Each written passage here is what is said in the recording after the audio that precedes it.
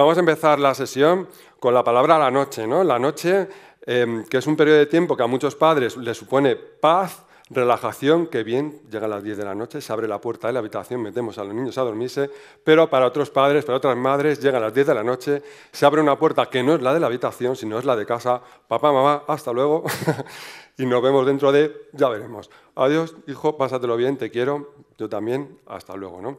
¿Cómo viven esos padres ese sentimiento? Pues hay padres que lo viven con angustia y con ansiedad. Pues quizás en esos padres esta charla le va a venir súper bien. Y hay otros padres y otras madres pues lo viven como un paso más en su etapa, tienen que socializarse, tienen que salir, tienen que relacionarse y saben que al día siguiente pues, van a estar bien y van a seguir con sus responsabilidades y con sus historias, ¿no?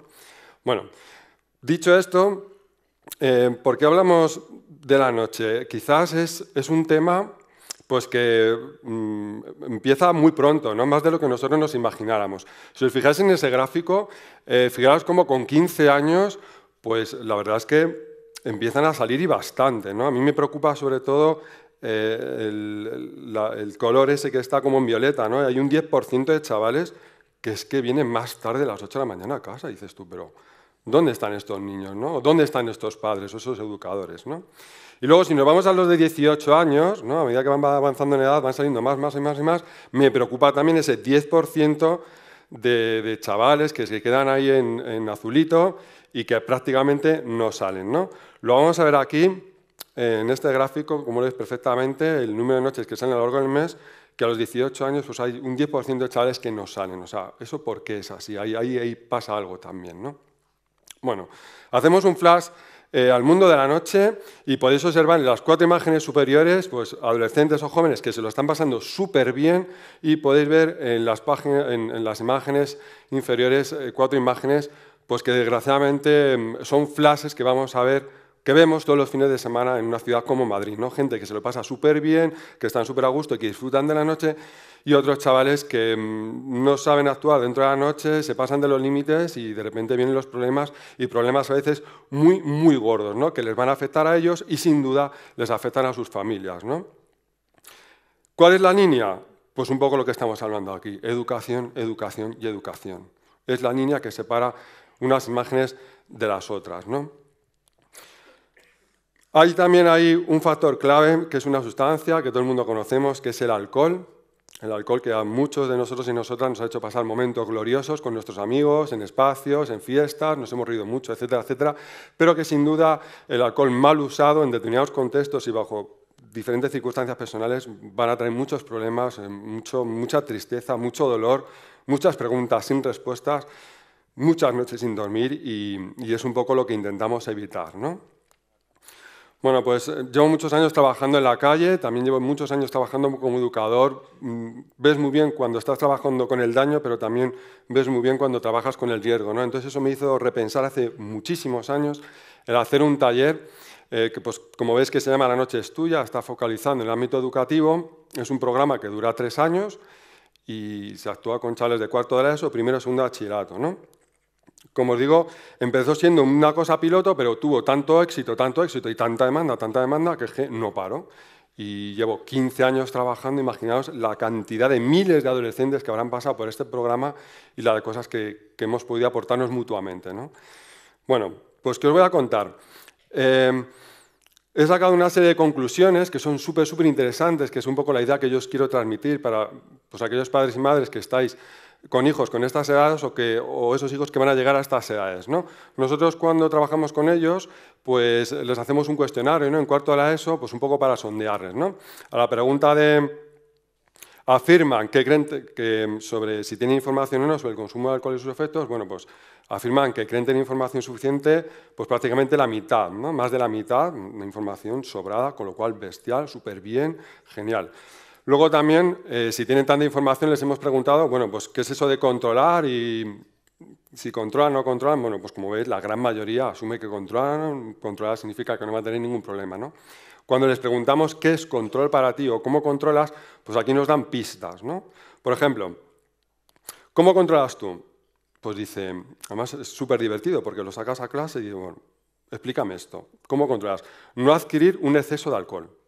¿Y eso cómo se come? ¿Eso qué es? Pues eso, tío.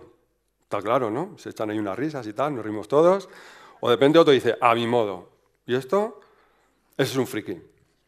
Es un friki. Venga, paso a otro. O sabiendo el aguante que tengo con el alcohol. Uf, ya cuando alguien juega con fuego, desde pequeño nos enseñan que cuando uno juega con fuego, pues al final se acaba quemando, ¿no? O, por ejemplo, es complicado parar. ¿Pero esto cómo controlas tú totalmente? Bueno, o por ejemplo, sin pasarme la cantidad, moderadamente. ¿Y qué es moderadamente? ¿Y qué es cantidad? ¿Es lo mismo para ti que para mí? ¿O me sale solo? Hay cosas que dice, joder. Bueno, pues, ¿qué podemos extraer de estas conclusiones? Que los chavales beben muchos, y con estas maneras de controlar en la calle, o sea, ¿a dónde van? ¿A dónde van? Luego, claro, luego llega el Plan Nacional sobre Drogas y nos dice el Big Drink y no sé qué, no sé cuándo. ¿Qué quieres? Si es que mira lo que tenemos, aquí algo está fallando, ¿no? Luego también hay otros que te dicen el buen karma, ¿no? Como habéis leído por ahí. O no beber más de lo recomendado. Uy, ¿y qué es eso de más de lo recomendado? ¿Quién lo sabe? O llegando al punto donde no te afecte. ¿Pero y eso qué es? O sea, ¿cómo?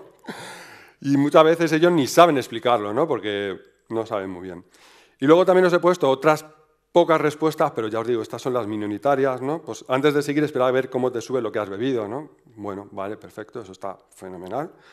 O tener el estómago lleno antes de beber y controlando la cantidad, vale, fenomenal. O no bebiendo alcohol hasta los 18 años y así no arriesgarme, fenomenal.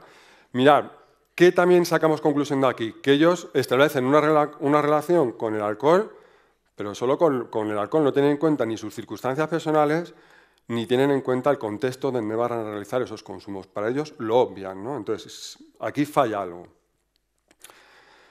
Otros, poquitos, dicen no bebo, ¿vale? Bueno, también les hacemos la pregunta de, bueno, si hay problemas, ¿cómo reaccionas y tal, ¿no? Bueno, pues como ves, más de la mitad te dice que sabe reaccionar perfectamente bien, con lo cual súper fenomenal, o sea que genial.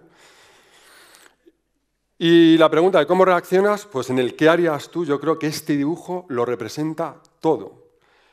¿Y dónde ven ellos el peligro? Pues cuando uno se marea, cuando uno acaba vomitando, pero bueno, no pasa nada, se llama 112 y te arregla la papeleta. Luego entonces, ¿cuál es la percepción del riesgo de un menor? Pues muy poquita. Y todo lo asocian a un problema médico, pero que ese problema médico viene específicamente cuando una persona se marea o acaba vomitando. Y hay muchas situaciones en los contextos en los que hay problemas y no tienen por qué ser problemas médicos. Por ejemplo, ¿qué pasa cuando la policía pilla a X menores, o ya no tan menores, consumiendo alcohol en la calle y le pone una multa? ¿Te lo va a resolver el 112? Pues no. ¿Te lo va a resolver el hospital o el SAMUR? Pues tampoco. Y tienen ahí un problemón. Y los padres, por supuesto, también que tienen que pagarlo. O, por ejemplo, ¿qué pasa cuando en ese estado en el que han bebido, pero no acaban fatal como para tener que llamar al 112, pues de repente alguien dice algo más de la cuenta, otro chaval, otro chico, otra chica, eso lo coge, lo reelabora, lo da otro enfoque y de repente a través del WhatsApp, ¿no? Pues ese altavoz, ¡fum!, de lo que yo dije a lo que yo digo Diego, pues se generan conflictos, se generan problemas, ¿no? Y debajo quizás ha habido ahí un consumo de alcohol pues que le ha hecho decir esas cosillas y luego van a llegar los lunes a los institutos pues a gente con unas caras que no saben ni lo que les han pasado, ¿no? Y ahí hay un problema y no es un problema médico, por ejemplo, y a ellos les va a afectar muchísimo. Vale, pues dicho esto, fijaros, si juntamos la variable información, control y problemas, únicamente han dicho que sí al 22%. Y vamos, es que el 22% no consume alcohol. Por lo tanto, ¿qué ocurre? Que están súper expuestos a la calle. ¿Cómo están aprendiendo? Pues a través de sus experiencias. Lo malo es que muchas de esas experiencias son negativas, ¿vale? ¿Es una manera de aprender? Sí, pero a veces la calle da unos zarpazos que de verdad a mí no me gustaría ver a vuestros hijos o vuestras hijas en las situaciones en las que yo muchas veces les veo, desgraciadamente, ¿no? Vale. Más cosillas. Cuando yo intervengo, cuando intervinimos en el aula, ¿cuál es el perfil de los chavales? Pues mirad, tenemos aprox un 7,5% pues que tienen muy bajo nivel de autoestima y tienen unos problemas impresionantes X. X. Luego tenemos un 85% que son súper majos, que son un encanto, que es muy fácil intervenir con ellos y con ellas porque debajo hay un trabajo previo en casa, en los centros educativos. Y luego tenemos un 7,5% más o menos, pues que son los que están por encima del bien y del mal, ¿no? Los chavales que están faltos de límites, que pueden hacer lo que les da la gana, que luego también son muy fáciles de llevar, porque les das luego un toquecillo y entran en el redil, ¿no? Pero tenemos ahí esos dos extremos, pues que son chavales que quizás necesiten ayuda, necesitan un seguimiento, no solo a nivel de profesorado, sino de las familias, y que incluso hay que tirar de agentes externos de los centros escolares, y creo que aquí los centros escolares deberían de notificar más, no solo a los padres, sino también a los servicios sociales, o servicios sociales, ir más a los centros para decir cuál es su función y tal, porque se ven cosas que son tristes, y si no se interviene, pues eso va más, y al final pues vemos cosas horrorosas, malas para ellos, malas para las familias y malas para el conjunto de los ciudadanos, ¿no? Está claro que los menores no deben beber alcohol. ¿Por qué? Pues para cuidar y proteger su desarrollo biopsicosocial y porque es su derecho a su salud y a su propia libertad, ¿no? Este tiene que ser nuestro mensaje como adultos y el mensaje que tienen que tener los menores. ¿Y cómo nos podemos apoyar en ese mensaje? Pues muy sencillo. Pues porque su cabeza estará despejadita, al tener una norma clara, si la incumplen, lo harán de una manera pausada y no habitual, no tendrán borracheras, ni mareos desagradables, ni vomitará, ni sufrirá ninguna intoxicación etílica aguda. Al día siguiente está al 100% y se ahorrará resacas y podrá seguir con sus responsabilidades. Posiblemente gastará menos dinero de los que beben alcohol. Las relaciones que tengan, al menos por su parte, serán más auténticas y responsables y podrán durar más allá del rato de fiesta. Las marcas de alcohol no lo necesitan, esto ha cambiado muchísimo, hay unas normativas súper potentes y las marcas, sinceramente, no quieren a los menores, eso sí, cuando cumplen los 18 años, preparados para la artillería. Y si el mensaje es claro con este tema, será más difícil que experimente con otras drogas, sobre todo con los porros. Pues os dejo ahí la respuesta a vosotros y a vosotras, ¿vale? Y a partir de aquí, quiero explicaros un esquema en el sentido de, trabajamos por ahí el alcohol, ¿no? Información muy específica, los grados, la cantidad, el tipo de consumo, cada cuánto tiempo, los efectos que produce, ¿no? Todo esto lo podemos buscar por internet, ponemos la palabra alcohol en Google y tenemos un montón de información. ¿Y cómo podemos trabajar esto con nuestros hijos o con nuestras hijas? Pues simple y llanamente dando ejemplo, ¿no? O sea, beber poquito como adultos delante de los menores y dándole un único sentido que es, si bebo yo como adulto, bebo por el sabor y no hay más, ¿vale? Luego también la relación entre el joven o el adolescente con el alcohol, pues le tenemos que hablar de trucos para hacer un consumo responsable, ¿no? Qué cosas podemos hacer antes y el durante, para que no acaben ese consumo responsable y el que les cree muchos problemas. Y también, por favor, 4 nociones de primeros auxilios, qué hacer en caso de que alguien esté vomitando, qué hacer en caso de que alguien esté hipotérmico ahora que llega el invierno. No sé, cosas tan sencillas que nos podemos evitar consecuencias en forma de daño muchas veces desagradables e incluso una simple aspiración de vómito puede acabar en una muerte, ¿no? En personas muy jóvenes. Y luego las características físicas del propio chaval, ¿no? Pues la edad que tiene, no es lo mismo 15 que 18 que 21, si es chico, si es chica, el peso que tenga, por ejemplo.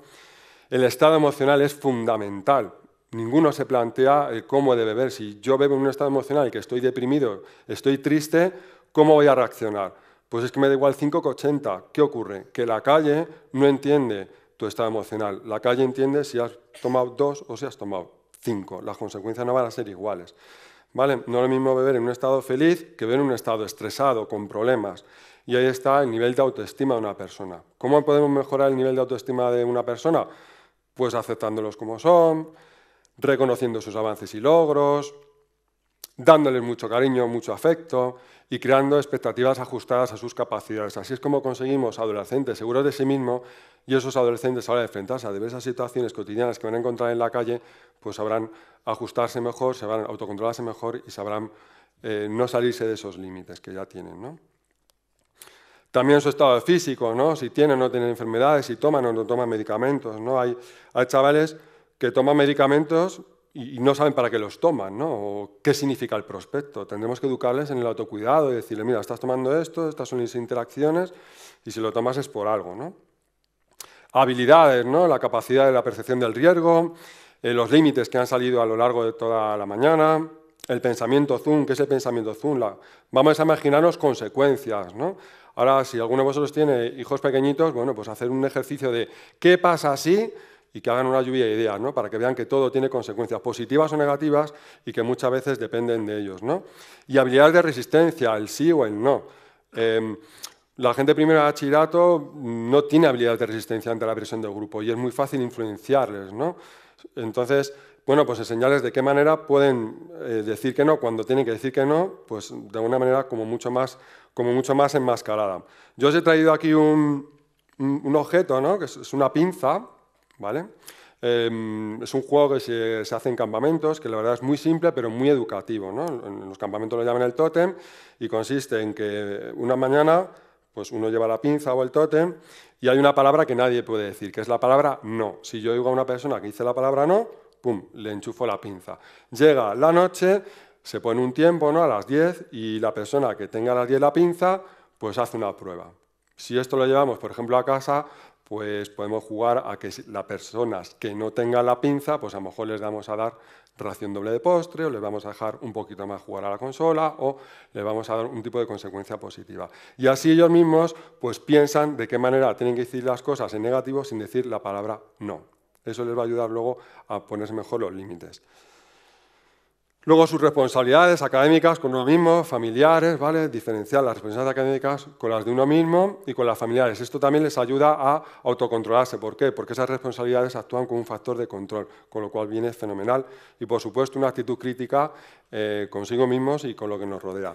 Y luego, también súper importante, en dónde se hace ese consumo, que no todo vale, en la calle no todo vale, las líneas rojas, y quien se pase las líneas rojas pues lo va a pagar y a veces de manera muy cara, ¿no? El con quién, ¿no? Con qué amigos, con qué amigas voy, son de confianza, no son de confianza. El cómo voy y cómo vengo, ¿no?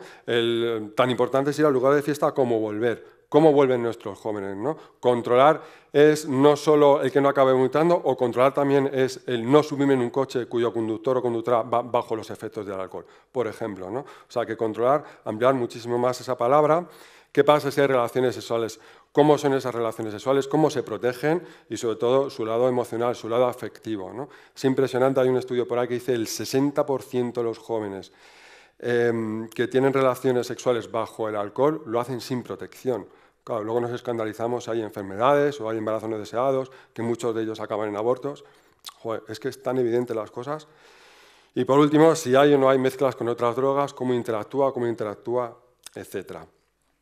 Y por supuesto las redes sociales que están por ahí en medio y que lo que para unos puede ser una broma, para otros puede ser una condena, ¿no? Sacar una foto o un vídeo a alguna persona que está en un estado mal, lamentable, y colgarlo en la red, que empieza todo por una broma, hay muchos que de verdad se les hace un daño impresionante. Con esto que os quiero decir, y con esto ya termino, que todo esto va junto y enseñarles que el yo controlo no solo es la relación que tenga con el alcohol, sino cómo estoy yo y en qué contexto me muevo. Simplemente quedaros con estos 3 conceptos y ya por mi parte me daría por encantado.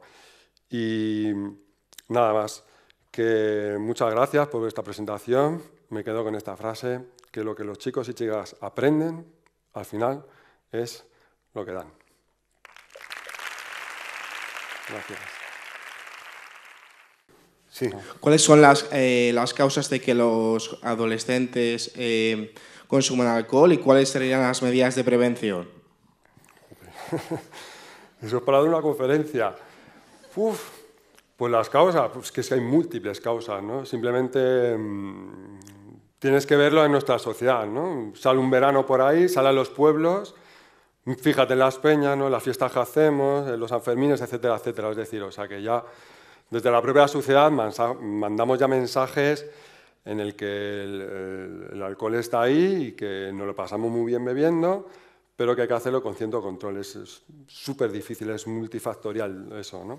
Y con respecto a la segunda pregunta, las medidas de prevención, pues yo creo que un poco lo que hemos estado hablando a lo largo de todo el día de hoy, ¿no?